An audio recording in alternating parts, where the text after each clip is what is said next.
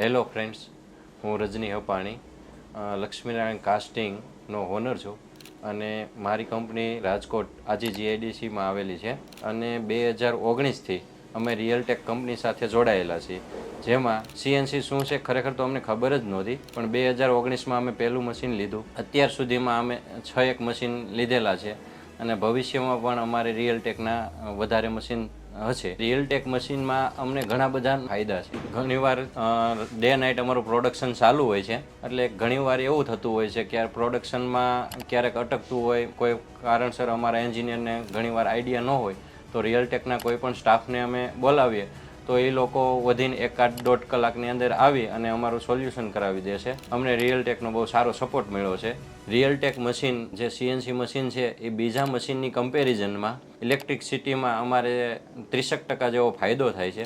Cycle time પણ બીજા મશીનની કમ્પેરિઝનમાં અમારા સબમર્સિબલ પાર્ટ્સ માટે બેસ્ટ છે.